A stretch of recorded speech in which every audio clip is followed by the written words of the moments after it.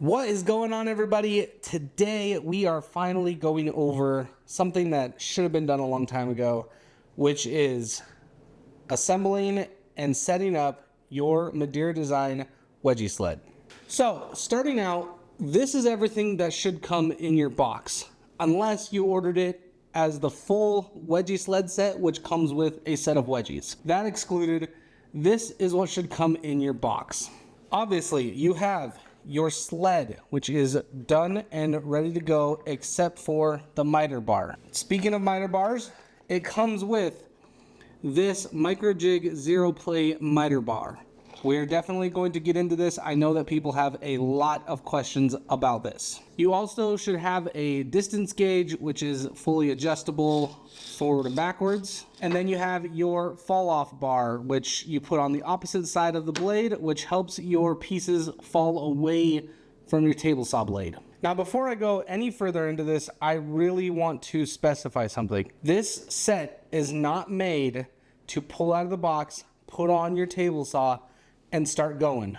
This set is made to be customizable to your table saw. There are so many different types of table saws out there that I wanted this to be able to work with any of them. First off, if this sled came with a miter bar attached to it, it might not be the right size miter bar for your slot. Yes, there are variances. Second, if this came with the miter bar attached to it and it did fit your miter slot, the sled then might be too far away from your blade or too close to your blade. Every piece of this sled is made to be customizable to your table saw.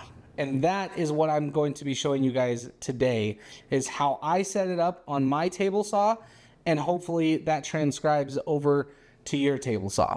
So with that being said, let's jump into it. We're going to start with one of the most asked about items in the box, and that is your miter bar.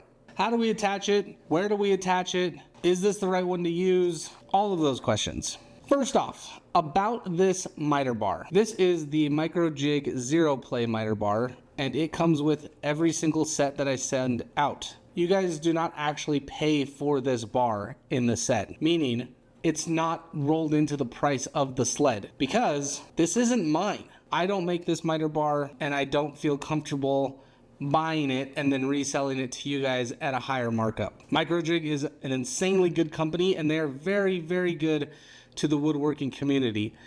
So basically, I buy this and give it to you with your set. I believe that this is the best miter bar on the market. You can adjust it and it's pretty easy to install. I, however, am not going to install this bar on my sled solely for aesthetic purposes. I don't like the look of holes on top of my sled. I know that seems silly, but it's just a me thing. I know there are other people out there who also do the same thing. They get this and they don't use it, which is perfectly fine. If you do want to use this bar though, I am going to include a link down below on how to install it, because the people over at MICROJIG do a great job on showing you how to install it on your sled. I know. Why would I provide a product that I myself won't even use? And it's not because I don't believe in it. It's simply because I don't like the way it looks.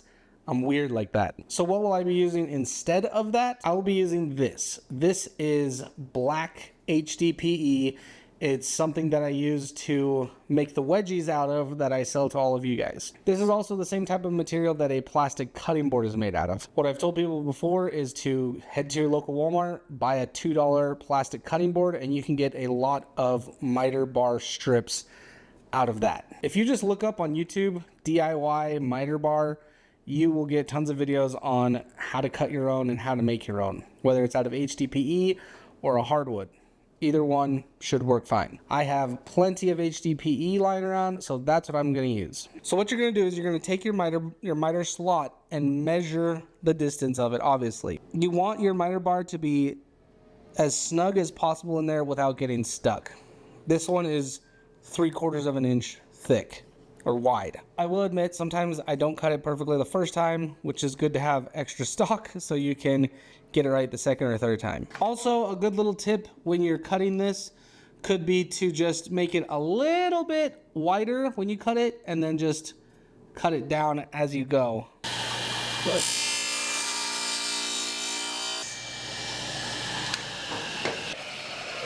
Now we can instantly test it. That's a little too tight. There we go.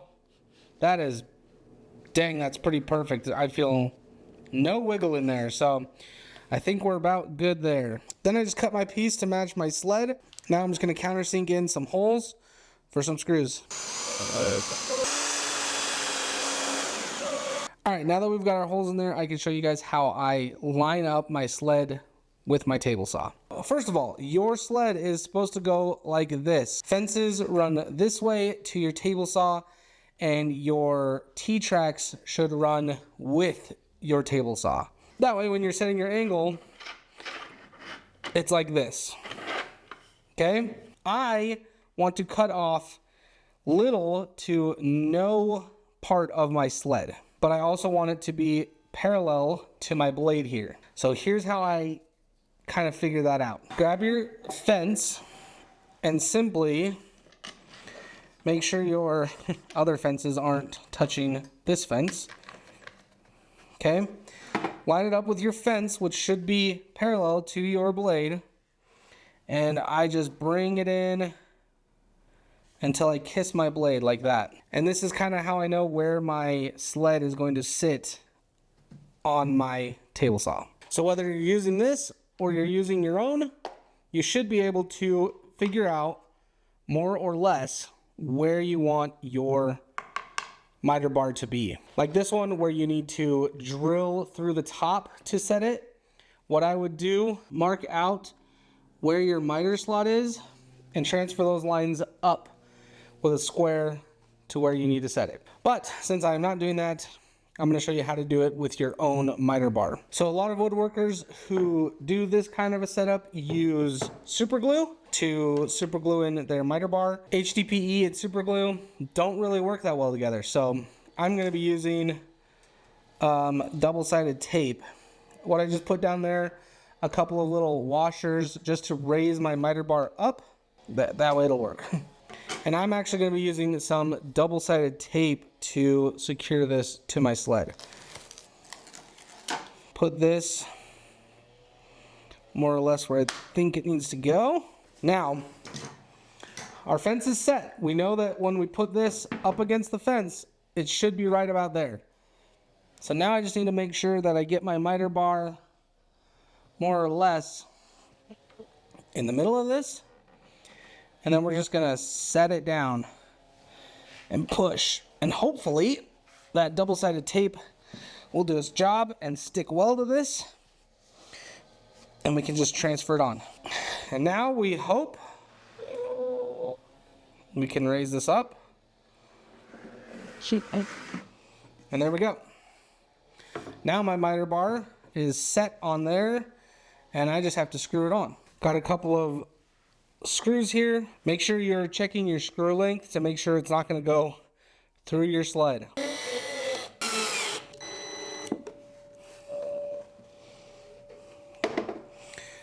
But wait, you left in your double-sided tape. Yeah, I know. I just did this so that I can line up the holes. Now we can pull these back out and pull this off. Maybe. But this double-sided tape does its job very well.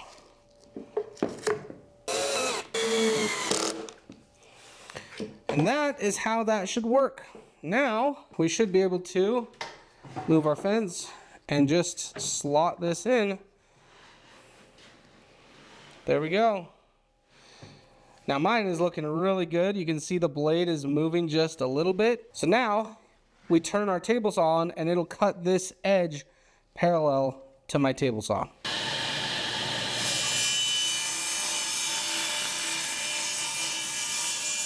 This is how I like my sled to be set up.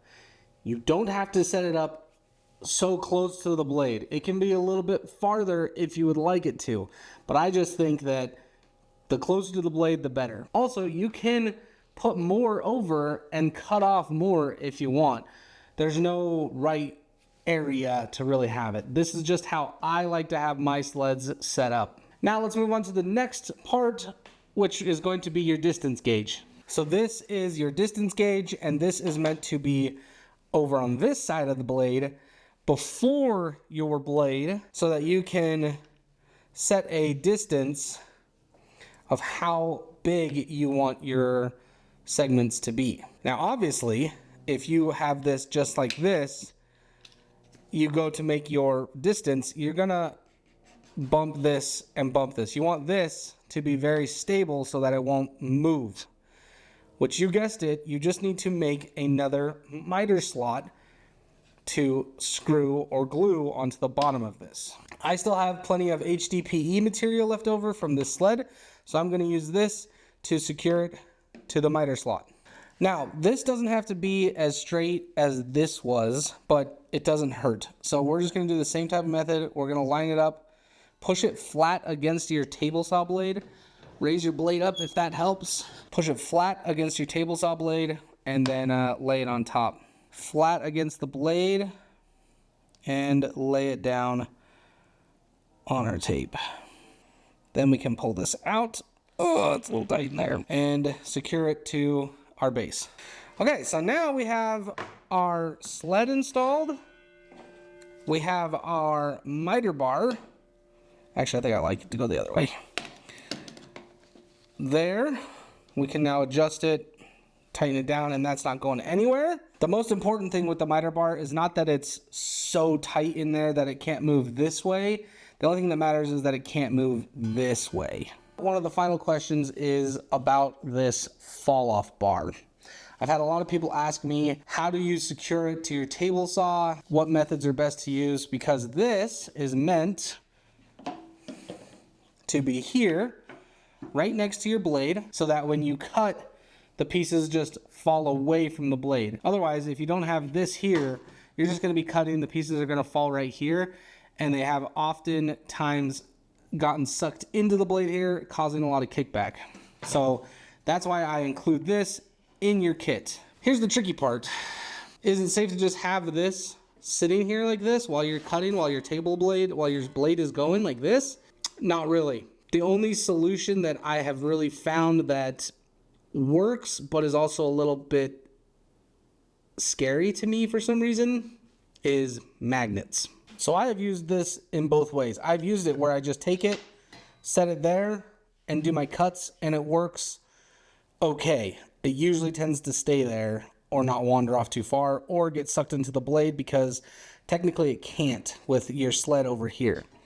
There is a slight risk of it getting sucked in here, getting caught by the blade, and then getting flung up that way, if you don't have it tied down in any way. A few people who have used this, and I have done it myself also, have embedded magnets on the far side here, 1 or 2 or 3, however many you feel like you want, and then that will magnetize this to your table saw, and then you can place it as close or as far from the blade as you want. The only thing that I have to say about that is make sure not to put them too close to this edge that's going to be too close to the blade. Because if they are too close to this edge that's right next to the blade, this blade is also metal and it will suck that to that blade, and you don't want that. So I don't include this magnetized for that very reason. I don't want to be liable for anybody getting hurt off of an accident that could happen from that. I've also used double-sided tape if I knew I was going to be cutting segments for a while, and then just double-sided tape that down. That works just as well also. All right, so whether you chose to embed magnets in this or not, you should be fully set up to start making your cuts on your wedgie sled. And I'm going to really quickly just show you how to get set up with a wedgie that I provide and do a couple cuts. So for basic stock, I like to use whatever wood I want. This is cherry, and you are looking at about 1.25 inches wide this way by 3/4 thick this way, and then however long you want. One key thing to remember with your stock is to get it as flat and as straight as possible. If it is not as flat and straight as possible, you may have some problems with the glue up. We're going to be using a number 10 wedgie on the wedgie sled today, and it is so simple to set up. So all we're going to do is unlock our fences, take our wedgie, and I like to put mine in the center of the sled and up against my blade here. Then you just match your fence to your wedgie. Tighten down one side and then bring in your other fence. And here I like to kind of pull this tight to this. That's why I tighten down this fence first. Pull it all kind of tight. Tighten it down. Tighten it down. One thing that I do to make sure that my angle is correct with my wedgie is I'll pull it away from the blade, pull it tight this way, and give it a wiggle. If it wiggles, you know that something isn't right. If it doesn't wiggle, you're good to go. So we're good to go. We got no wiggles. Here's how this sled works. The power of the wedgie sled is that you are referencing one side of your stock for every single cut. That's what makes this sled so great, because usually traditionally you would go make your cut and then flip your stock and then make your cut again, giving you that pyramid look. The only problem with that is that if these two sides aren't perfectly parallel, you're definitely going to have some variations in your segmented ring. So the power of the wedgie sled is that you're referencing the same side of your stock with every cut. So what you're going to do is you're going to take your stock off of this fence first and run it through your blade. That's going to give you your first cut. Then you're going to move your stock from this side of the fence up to this side of the fence. See, we're still on the same side of the stock that we started on. And then you're going to make your cut, and then you're going to move it back. Make your cut, move it back, make your cut. And that way you are referencing the same side of your stock every time. So now that we have our sled and fences figured out, we can set up our distance gauge. Your distance gauge is here to help you determine the size of your segments, which is going to then determine the size of your ring. I'm going to set mine to about an inch, we'll say, and tighten that down. Now there are a lot of ways to figure out how big of a segment you want to get to the size ring that you need. There are a lot of calculators online. I sell a chart on my Etsy page. There's lots of resources out there, and I will link some down below to help you guys figure that out. But if I'm just messing around and want to make some rings, I usually start at about an inch away from the blade. Also, you want your distance gauge far enough away from your blade to where your back fence can register it, and also your front fence can register it. You don't want it too far back on your table saw, otherwise your sled is gonna tilt like that. And you don't want it too far up next to your blade, otherwise you're not gonna have any space to set it. And last of all, you want your table saw blade to be just above your cutting piece. Mine is a little tall. We're gonna bring it down just above your cutting piece. And with that being said, let's get to cutting.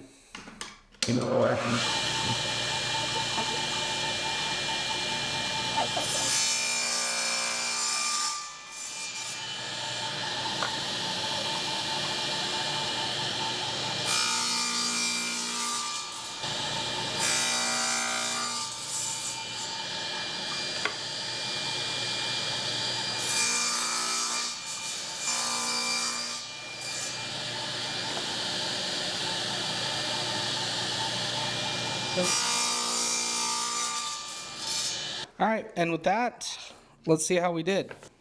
We got 10. 1, 2, 3, 4, 10. Rubber band, please. Definitely needs a little cleaning up. There's still some sawdust in between all of these, but that's a pretty dang good looking ring. That will definitely work for some segmented turning. Well, guys, I hope that this helped answer some questions about the wedgie sled and about how you can set it up and what works with what. If you have already purchased this sled, thank you so much. It really, really does go a long ways into continuing this small business that I have. If you have not purchased the sled and you are watching this video to consider purchasing it, I hope that this helped you with your decision whether you are going to or not going to buy it. Each one of these sleds is handmade and finished by me and me alone, and so I always appreciate people's patience in the longer waiting time to get one of these sleds. I tried to put as much thought and care into every sled, thinking as myself as the customer. That's it for me, guys. Be good, be safe, be happy, and I'll catch you guys in the next video. Peace!